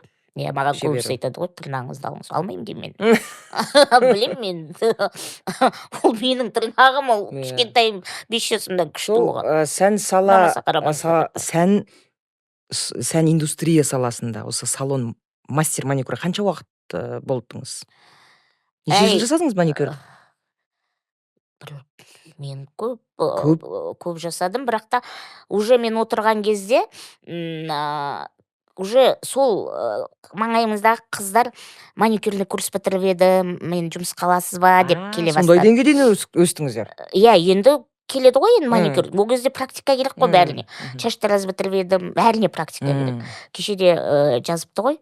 Сіз айтып едіңіз, сіздің алдыңызда көп, енді 65-70-ке жоқ шаштараздар именно менен практика жасап, маникюр жасап өткен қыздар бар. Ана қыз жаңағы жасаймын дейді, кел қане деп, одан кейін өзім алмаймын, ана қызды отырғыз қоямын, ол алады 50-50. Ана почтаның іші кішкентай, одан кейін үлкенірек алайын, жоғары жақта бір нәрселер бар шығар деп, о жақтан біреудің киоскысын алып, о жақтан біреудің времянкасын алып, о жаққа жаңағы үйленіп алдық қой, уже айнаның астына тумбочка жасай салу керек. Түкірікке жабыстыра салу. Түкірікке жабыстыра салу керек екен. Сөйтіп, кәдімгідей уже сөйтіп бітті, 4-5 салон ашылды. Ана жерден бір точка, мына жерде, потому что жұмыс сұрап келетін қыздар көп та. Арзу аты. Арзу. Әлі күнге дейін арзу ма? Әлі күнге дейін арзу. 4 арзу 5-ке дейін барды. Мен сізді мүлдем танымайды екенмін, арзу. Енді сен мен қатты бүйтіп араласқан жоқпыз ғой. Содан сөйтіп маршруткаға секіріп жүріп, ана қыздарды барып тексеріп, кешкісін отчетін алып кетесің. Одан машина керек екенін чувствовать етесің. Одан машина, потому что 3 пересадкамен маршруткалар час бит тола, риск большой. Құлап қаласың, ойбай, машина алуым керек деп. Ақырындап әйтеуір бір машинаның бітімдей бір какой-то бір бөлшегін жинап, бір машина, сол кезде қалтамда бір $700 ма екен, доллармен жинайтын едік қой өзі. $700 ма екен, өзімше машина алам деп қоямын, ол кезде бір машинаның өзі $4,000 $2,5-3,000 Mazda слепушка деген нәрселер шығып атты ғой. $2,5-3,000. Қалтамда $700, ана $700 автолинкары барам, бері барам, оған ештеңе келмейді. Сонымен әпкем көмектесіп алып, жаңағы жетпеген суммасын алып берді. Мен қарызға осындай қайтарам дедім, кредит қалдым. Әпкем жездем, ол кредитқа бұл мәселесі көп, енді әңгіме айта береді. Сонымен ана машинаны, мамам, ойбай, ол машинаны қайда айдайсың, сен қалай айдайсың, қуасың ба деген әңгімелер кетті. Жоқ, қасыма бір водитель алам, өзім айдамайым деп, аларын алып ап, үйге жеткенше, ойбай, бірінші машинаны өзің білесің ғой. Қандай, жаңа слепушканы алдыңыз ба? Жоқ, не алдыңыз бірінші? Opel Vita деген кішкентай машина алдым. Оны енді ручной управление жасайын десең, Германиядан $2,500 заказ алу керек. Оған бір машинаның құны. Ана кейгенше, жаңағы жолдас балам айда кел, кейгенше өліп келе жатырмын ғой жаңағышы. Қайтып айтасы екен, одан кейін үйге келдік, үйде ана кішкентай орындық бар, мынандай жел столға шай ішіп. Әкеш ана орындықты деп астыма қойып алған. Аяғым жетпейді ана педаль. Ана не істесем болады, ананы темірмен ұзартса бола ма, ананы бүйтсе бола ма деп жүріп, Жигулидің педальмен темірін ұзартып, болтпен бұрап, соны істеп көрдік. болып мына жерде айдап келем, ана жерде айдап келем, ана магазинге дейін біріне барып келем, қасымда сөйтіп жүріп үйреніп кеттіңіз. үйреніп кеттім. Қалтада права жоқ. Права жоқ. Права қалтада права жоқ. Сонымен не керек? 10 күн болмай жатып жаңағы мамам кілтті алып бермейді. Қасыңда біреу отырмаса айдамайсың деп. Мама, ана магазинге барып келем қазір деп машинаны алдында Кетесіз. артқа береді. Тыңдамайтын арзу. Тыңдамайтын арзу айнасын барқ етіп неге соғып алдым, мамам көріп қоймасын деп айырып кеттім. Сонымен неге қалаға шығып кеткесің ғой? Абаймаса жида бақ етіп соғам ғой. Қорқып кеткен шығарсыз. Қорққан жоқ. Білмеймін. Қорқтым. Әрине. Мамадан қорққан шығарсыз енді. Үйден қорқасың ғой бірінші очередь. Сол кезде ана бір нені соқтым да, Жигулиді соқтым, не помню, бір нәрсені соқтым да. Вы чё дейді да маған ше? Я же главный дейді, ол кезде главный не екенін білмеймін. Права жоқ. Права жоқ. Да вы что, у вас хоть, вы что, как вы водите дейді. А у меня брат гаишник деп қоям, өзім ешкеш қайдағы брат гаишник. А вот так тоже, пожалуйста, ГАИ не вызывайте, сколько будете, я вам заплачу. Пожалуйста, как-нибудь сейчас мы сделаем деп, ана кредиттауының страховкасы несі болды.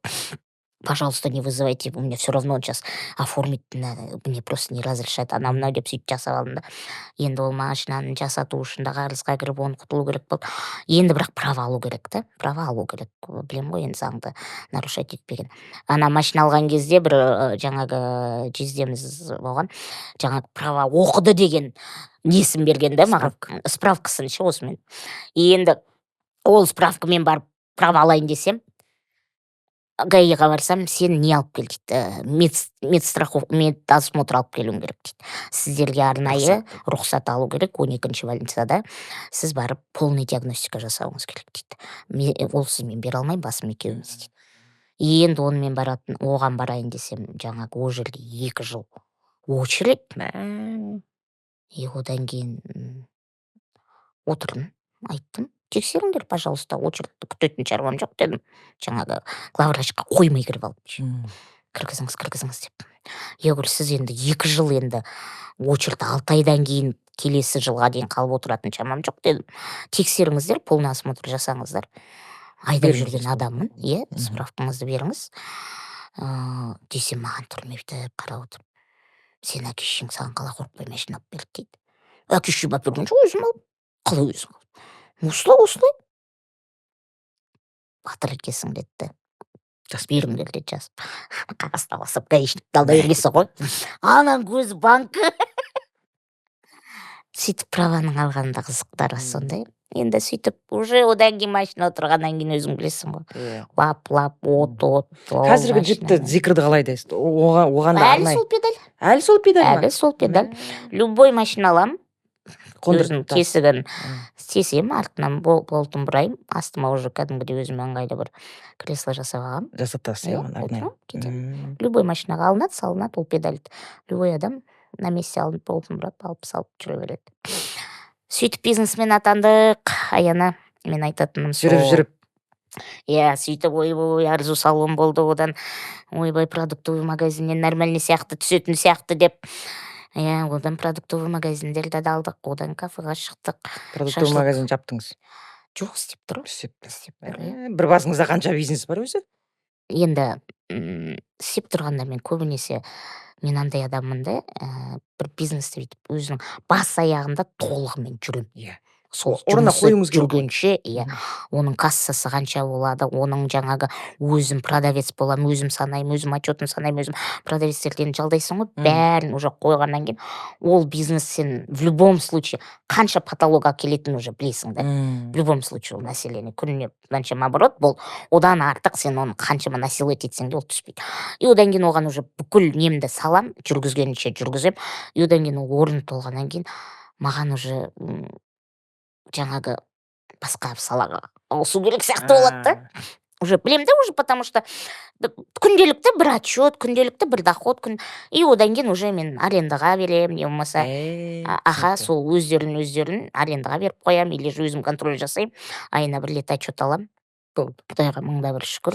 Осы уақытқа дейін қаншама адал жандар мен жұмыс істеп келе жатырмын. Енді 25 жылдан бері қаншама сотрудник келді, қаншамасы кетті. Оның ішінде жаңағы сатқындық та болды, предательство да болды, анау да болды, мынау да болды. Енді оның бәрін мусолить етіп ойбай, анау мені ақшам жеп кетті, анау мені алдап кетті Жарайды, деп. ол бәрімізден Оны мусолить ете өткені, беретін иә. болсаң, зачем? Иә. Надо Енді уметь доверять людям. әрине дұрыс айтасыз, сенім Уметь, керек иә. ең алдымен. Сіз жалқаулар жек көретін шығарсыз, иә, жұмыс жоқ дейтін адамдарға. Вообще түсінбеймін. Тем более қазіргі заманда. Бәрі бар қазір. Жұмыстың бәрі әне тұр ғой, телефонның ішінде. Шықпай ешқайда. Ешқайда шықпа, сен просто грамотно изучи, қай сфераға барғың келеді. Маған айтады, бизнесмен болғым келеді, неден бастасам болады? Бизнеспен негізі айналысу өте қиын. Жоқ, аяна бүйтіп мынандай сұрақ қояды да, бизнесмен болғым келеді, сіз сияқты, неден бастасам болады дейді. Мен айтам, қолыңнан не келеді? Содан кәсіп. Иә. Жаса. Сен бірінші ақша табам деп бастама, сен бірінші мен осы саланың басы аяғына кухнясына кір. Не болғың келеді сен? Мысалға да. Сен ресторатор болғың келе ма? Жоқ, врач болғың келе ма да? Врач болғың келсе, соның медсестрадан бастап оқы да, ақырындап мысалға да. Енді қандай салада сен бизнес деген ол расширенный ғой. Тоқи аласың ба? Отель аш. Иә. Тоқи аласың, тіге аласың ба? Ән айтасың ба? Видеоның алдына отырып ән айт. Иә. Тиктокқа шық мысалға. Сол ғой. Мүмкіндіктер жаман. Практика ғой, практика. Сен бірінші ресторан ашқың келеді, не болмаса магазин. Магазин ашқың келе ма? Сен магазин жарайды продавец болуға қорқасың. Сен хотя бы соның ішінде расфасовка болса да кір. Мен сізден опыт алайын деп келдім деп айтпай-ақ қой, қаншама саған. Кірген адам қанша төлейсіз дейді ғой. Мысалға зарплатасы. Сен действительно ашқың келсе, сен 1-2 айда сен соның сферасына кіруің керек. Кухнясын зерттеуің керексің сен в любом случае. Бізде енді продуктовый ашасаған жоқпыз, қарама-қарсы магазин продуктовый болды, сол жерде бәріміз шаштаразда клиент жоқта есік алдына шығып жаңағы отырамыз, сол кезде фирмалар келеді, анау келеді, мынау келеді, соның ішінде ақырындап зерттеп жүріп сөйтіп кірдік қой енді ондай сфераға. Жаңа дүкен ашқан кезде өзіңіз сатушы болдыңыз ғой басында? Жоқ, өзім болған жоқпын, сразу сатушыны қойдым, бірақ бас аяғында өзім тұрдым.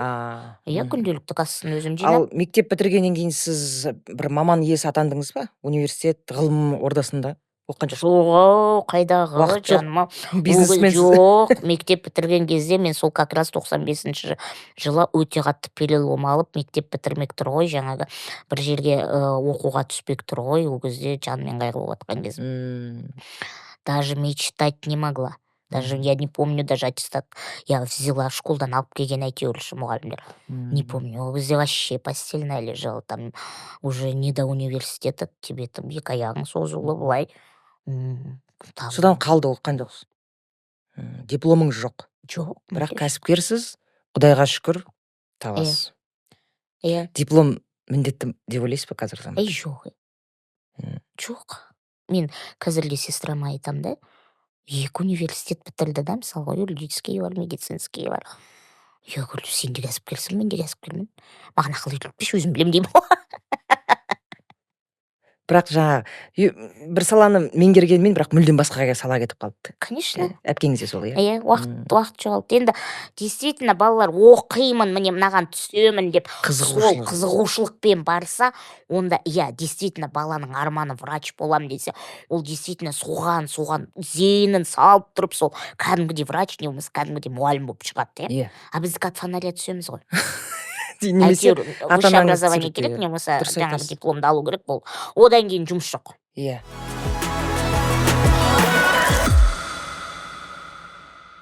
Жаңа өмірдің деймін да, өмірдің тепе-теңдігі үшін бұл өмірде бәрі арзу сияқты бола алмайды. Біреу болса, біреу бола алмайды. Бәрі арзу сияқты немесе мен сияқты болса, бұл өмір қызық болмас еді. Мына дүниенің тепе-теңдігі үшін бәріміз бай болсақ, бұл әлем бір кәпірге айналамайды екен деп ойлайсың да. Өйткені адам ең үлкен жамандық ол деген ысырап пен тойымдылық дейді ғой.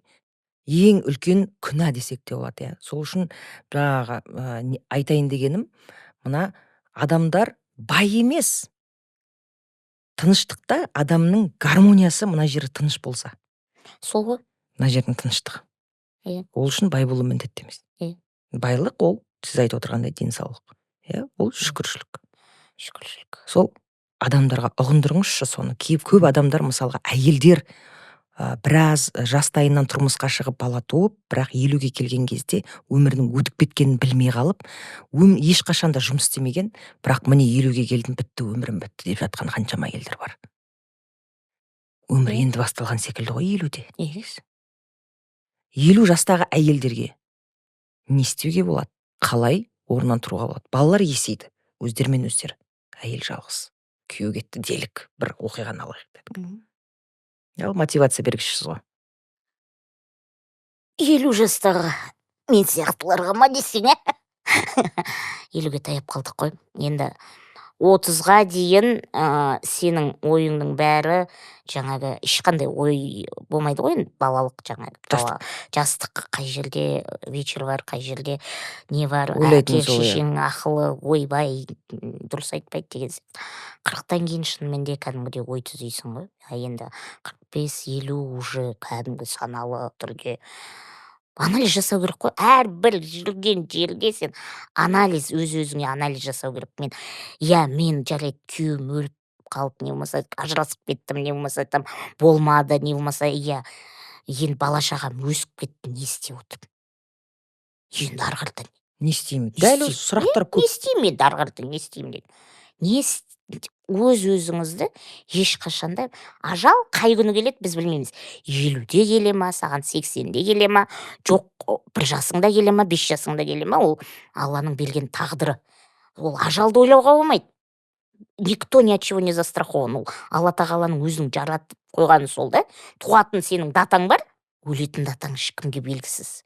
Ол түсінікті ғой. Оны ойлаудың қажеті жоқ. Денсаулығыңды да мысалға да ауырдым, ойбай, бұрын битпесем сондай болушы еді, анаған шықпасам мынандай болушы еді, ана жерге бизнесте күйіп кетпесем мынандай болушы еді. Зачем назад? Если бы, зачем вот этот, если бы? Болды ғой, өтіп кетті, ол не істейсің? Міне, соғатын машинаң соғып алдым, басқа жолмен жүрсем соғым. Болды, ол өтіп кетті. Енді оның алдыға қарай вақытты іздеу керек қой алдыда. Не істеймін? Ертең тұруым керек, өстіп жата берем ба? Не істеймін? Не істеуім керек? Не істей алам? Болды, сен тұр, шық, көтер, диваннан көтер, ең бірінші айнаға қара. Таң атты ғой. Сен қайғырып атырсың ба төсекте, үйіңнен шықпадың ба, бәрібірде уақыт тоқтамайды. Таң атады, күнің батады, бәрібірде уақыт тоқтамайды. Соған қарады таңертең тұрған кезде шүкіршілік. Шүкірмін, аман есенмін. Жақсымын болды. Шық, барғың келген жерге бар. Жүр, аралас, көр. Телефонның іші бар. Любой жерде, қай жерде, ортаңа кір, басқа ортаға кір. Любой адаммен аралас. Сен в любом случае сенде мақсатың болса, өмірімді өзгертем, болды, осыдан бастап мен өзімнің өз-өзін жақсы көрек. Өз-өзіне уверенность алу үшін. Өмір бойы өзім демей, бірақ өзгені ойлап келген әйелдер өте көп. Өте көп. Енді соған анализ жасау керек. Қазіргі жастарға да, енді 50 жаста өмір аяқталған деген сөз емес. 50 жаста бәрі басталуы мүмкін. Біреуге бақ 60-та беріледі, біреуге 50-де беріледі мысалға. 78-дегі бізде апамыз бар, осы инклюзивта жүрген. 78 жаста. Қазір міне мен 78-демін деп тұрған жоқ, әлемді аралап 84 жастағы шалын алып, біздің өзім, Қалампыр Қабдуллина деген бізде үлкен апа. 78-де. Жігітті кездестірді? Жоқ, өзінің шалы ғой енді, бұрыннан. Жоқ, бұрыннан келе жатқан шалымен. Әлем аралап жүр. Әлем аралап жүр мысалға. Ол да айтады, как хочу, так живу, хочет. Как хочет. Бүкіл өмірі бірақ балаларға арнап жағдай. Өмір сүруді енді бастады. Енді бастап. Көрдіңіздер ғой, 50 жастағылар міне екен ғой, жас екен ғой. Конечно. Сен не істегің келеді мысалға да, өмірің бастаймын десе қазір-ақ баста. Бүгіннен баста. Ең бірінші сұрақ, ол менің қолымнан не келеді? Ең мықты қасиетіңізді іздеу керек. Сол қасиетке, сол сіздің қолыңыздан келетін нәрсеге монетизация жасау керек, яғни ақша салу керек, немесе сол нәрседен хоббидан даже ақша жасауға болады. Әрине, сен ең бірінші сүйікті ісіңмен айналысуың керек қой. Жұмыс процесі не ұнайды? Саған өсімдік өсірген ұнайма мысалға да, сен соған с любовью относиться етсең, мысалға, сенің гүлің жай қалып өседі мысалға, соған с любовью относиться. Тоқыма тоқысаң, сен керемет шедеврлар шығарасың да, там сабақ беретін болсаң керемет, действительно с любовью. Мен біреуден пайда көрейін, не болмаса мынадан любимый ісіңе сен адал болып өзіңе бірінші алла тағаланың берген саған беріп тұрған сол талант дейміз ба, сенің бойыңда қасиет дейміз, өзің қасиеттеріңді біле біл де. Мен нені жақсы көремін. Кеше сен Нұрханнан сұхбат алдың ғой, көріп қалдым да. Қандай бала? Оны біреуі анау дейді, біреуі мынау дейді. Ол сұхбатта біз біраз әсіресе ер азаматтар ақтады, мойындады жігіттің қабілетін. Конечно, ол мән бермеу керек. Оған, ол видите, ол біреудің мнениясына көз қарамайды. Оның өзінің арманы бар, өзінің мақсаты бар, өзінің алға қойған талпынысы бар. Жетпей қоймайды, потому что оған Алла тағала соған жеткізеді. Алдыға қойған мақсатыңа сен в упор кетуің керек қой, упор. Саған кім не дейді, анау дейді, мынау дейді, болады, болмайды, болмай қалса жоқ болдырам. Ползи. Шық. Денсаулық бір жарты бақыт бір жағынан. Және де арманыңды сатпау, және сол орындалған арманың бір үлкен бақыт десек те болады, иә. Мысалға арзу үшін, былай айтайыншы, арзу үшін ең үлкен бақыт, ең үлкен байлық ол денсаулық. Дұрыс па? Денсаулық, өзіңіз айтып отырсыз, сұхбат барысында денсаулық болмаса сен ешкімге керек емессің. 19 жыл жаттыңыз ғой. Енді мен керек емеспін деп айтпаймын. Мен қазірге денсаулығым, мысалға, мен кеше мамамның өзіне де Алакөлге барам ба, бармайын ба дейді да, мысалы. Мен айтам да, мама, енді қазір катарактадан кейін көзі 20-30% ғана көріп тұр да, ойбай, мен көрмеймін, мен бетем сөйт. Я говорю, мама, сен көріп тұрсың. 20% болса да сен көресің. Сен жүре аласың. Барып келдім, Ақтауға барып келдім, шетелге барып келдім. Сен оны көрмедім деп айтпа, сен. Давай көрмегенді сен бүйтіп представить. Сен всегда хужені представить. Көрмедім, міне 20-30%-ды мен мамам соқырмын деп мынандай өз-өзіне блоктар қойғысы келеді да, еркелегісі. Мен айтам, сен көзіңді тас қараңғы байлап тастап бір апта жүрші. Вот сол кезде вот действительно көрмеген. Соны көресің. Мен де қазір мысалға аяғымда қақсайды, аллергиямда ойбай, мен анандаймын, мен мынандаймын.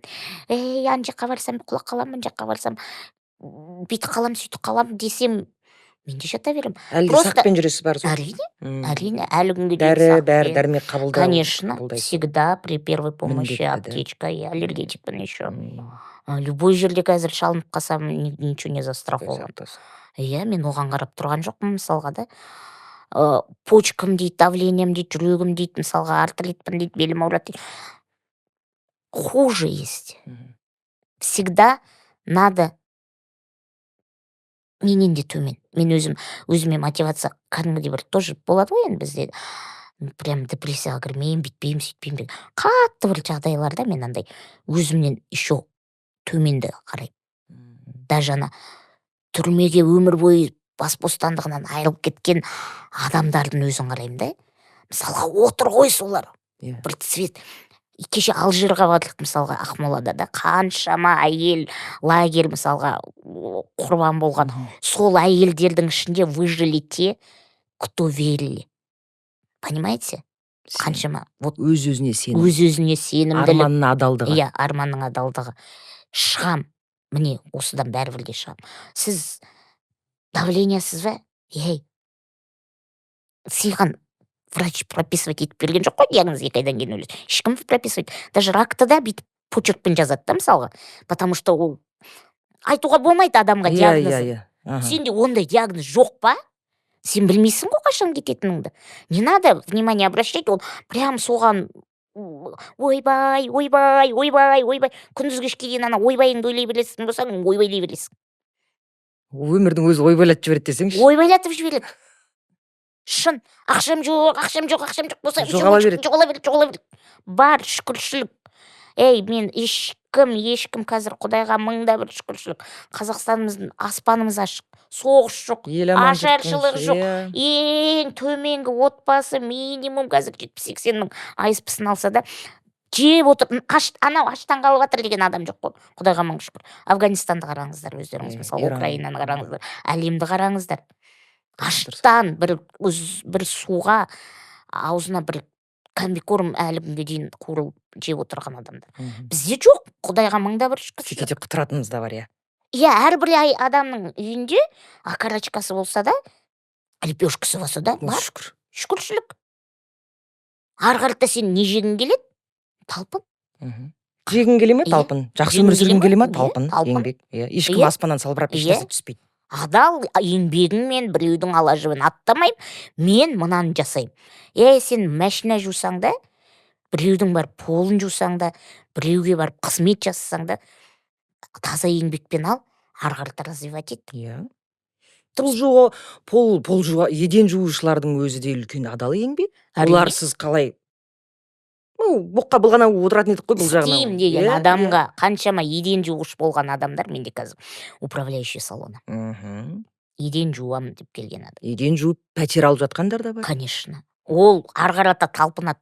Салонға еден жуып келдім мысалға, сол жерде біреуінің ойбай мен мына кісі бос отырмын ғой, басын жуып берейін, сүртіп жіберейін. Давайте мен сіздің қасыңызды алып берейін, мен сіздің сақалыңызды алып берейін деп жүріп, ақырында курс оқыды, ақырында шаштараз болды, ақырында администратор болып, қазір управляющий мысалға. Қазір любой жер. Талпыныс. Талпыныс бізден жетістік ұлы жаратушыдан. Жан-жағына қарамайды. Иә. Болды, мен еден жуып жүрмін осы жерде. Сен ары қарата еден жуып жүрсің ба? Ары қарата сен салат жасап жатыр ма? Кел көмектесіп жіберейін.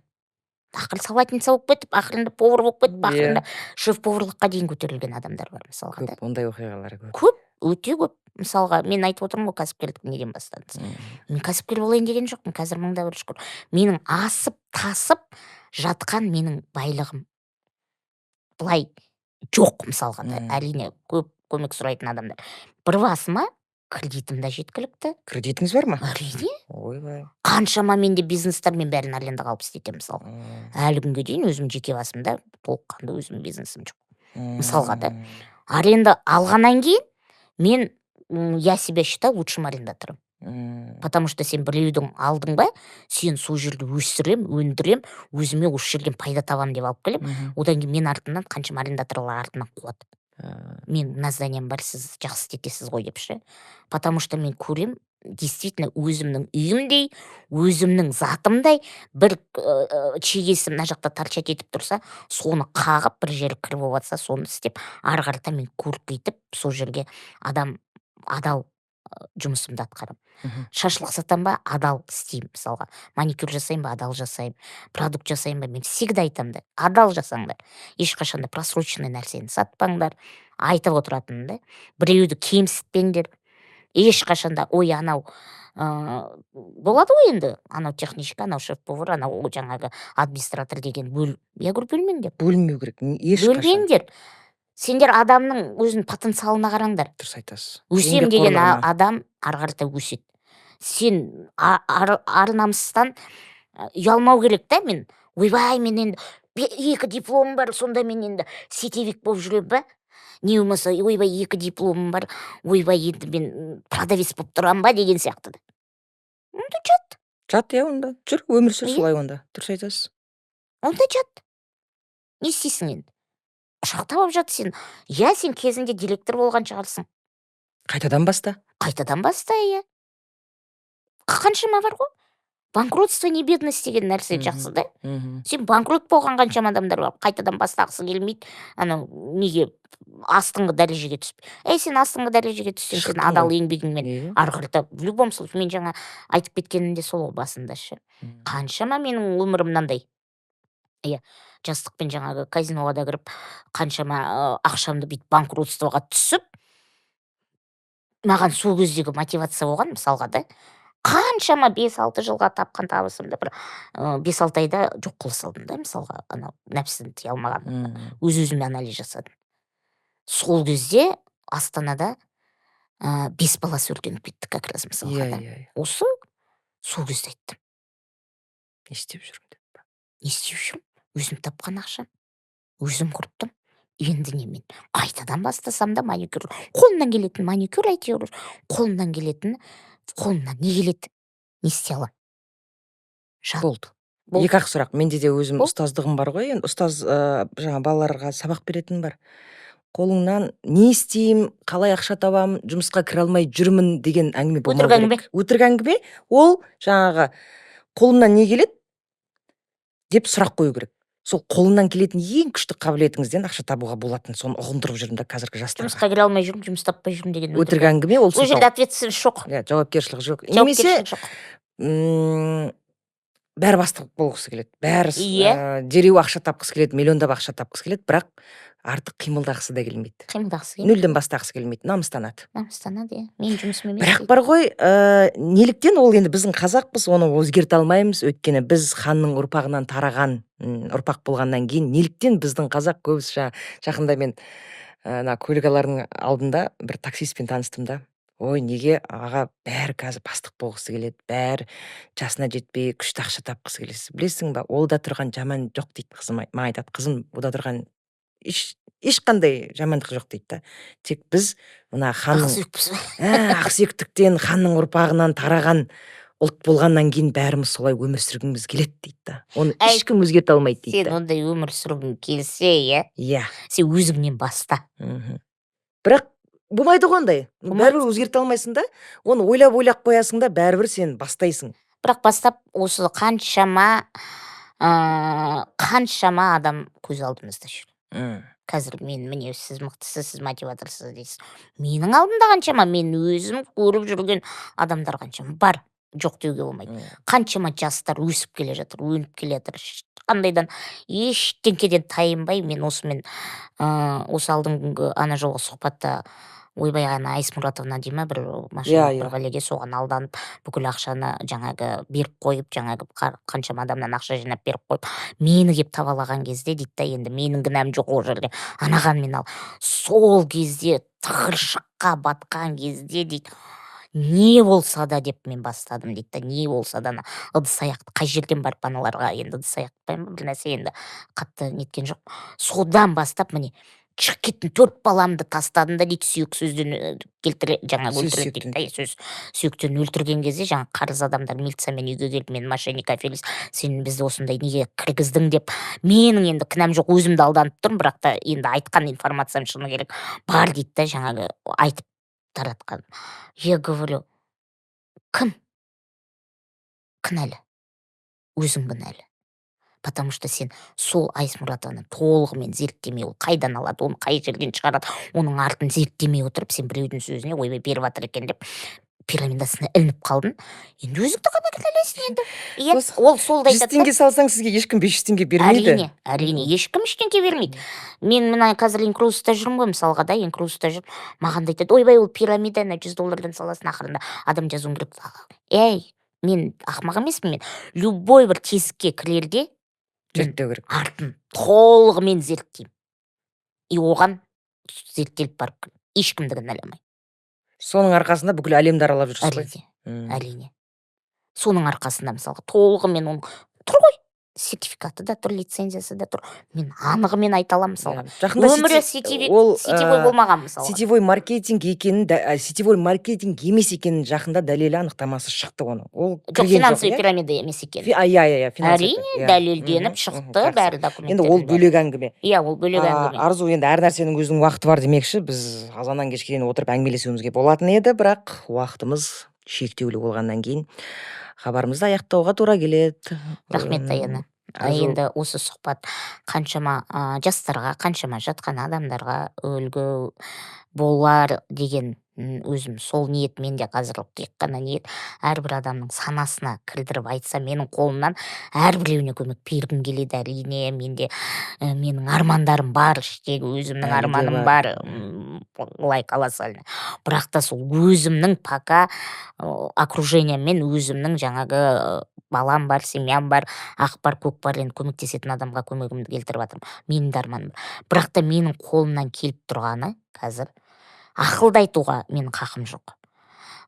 Мен коуч емеспін, мен психолог емеспін, мен сабақ сатпаймын, мен ештеңені сатпаймын. Бірақ та бір осы түйін диванда жатқан, жұмыс жоқ, өмірім бітті деп жатқан адамдарға орнынан тұрғызса, ол Алладан 1000 еселене саған да айтады, маған да айтады. Еңбек бәрін жеңбек. Иә, ол бәрібірдей осы сөз ғой. Иә. Ойлану, сана. Анализ. Анализ. Дұрыс. Мен ондай адамдарды шын айтайын, сыйламайын. жұмыс жоқ дейтін адамдарға таң қаламын. Жұмыс бар, иә. Бас аяқ болса, екі қолға бір күрек табылады ғой, дұрыс па? Бәрі еңбекпен талпынысқа байланысты. Қымбатты көрермендер, бұл жерде Арзу ханымның адамның мүмкіндігі шексіз екенін дәлелдеп берді, өзінің басынан өткен оқиғасымен бөлісіп берді, ашылып айтты. Бір үлкен кітап, тіпті сериал түсіруге болатын секілді, бір экшн боевик жанрлары көп ау деймін сізде. Өте көп, неше түрлі жанрда Арзу туралы бұйырса бір фильмді, сериалды көріп жатарсыздар. Ол күндерге жетейік. Құдай қаласа сізден кітап жазыңызшы. Сіздің өміріңізді, автобиографияңызды, документалды фильміңізді көргіміз де келеді. Әлі де қаншама жастар мотивация алғысы келеді сіз секілді адамдардан. Өмір сүруге деген талпынысын арттырғысы келеді көп адам. Сізге қарап, бізге қарап бой түзейтін жастар көп болсын.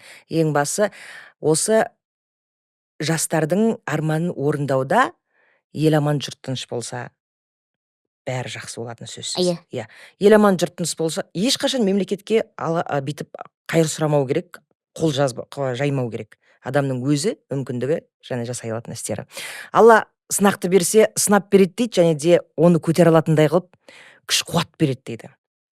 Мемлекетіміз дамысын десе, біз қайыршылықты жоюымыз керек. А қайыршылықты ең бастысы өзіңнен бастау керек. Әрбір адам өзінің қайыршылығын жойса, өзінің несін жойса, мемлекет өзіміздің қолымызда тұру. Анау кінәлі, мынау кінәлі дейміз. Бізге тек тәуелсіздік, сен бірінші өзіңнен баста болды. Тәуелсіздік керек, тыныштық керек болды. Соғыс болмаса қалған өзіміз жасаймыз. Аяқ қолымыз аман болсын, деніңіз сау, ғұмырыңыз ұзақ болсын, өміріңіз мәнді әрі сәнді болсын. Әлемді аралаңыз әлі де. Анаңыз аман болсын, жақындарыңыз жаныңызда жүрсін жақсы жандар. Арзу, керемет, тұшымды сұхбатқа көп-көп рахмет. Әлі де Құдай қаласа үлкен сұхбаттарда, дастархандарда жолығармыз. Рахмет, Аяна. Оғасы. Өте қуаныштымын сенімен өзіңмен сұхбат болғанына. Осындай керемет енді. Айтылатын әңгімелер тиетін құлаққа тиер. Тимейтін құлаққа. Біз кінәліміз емес. Осымен тамам.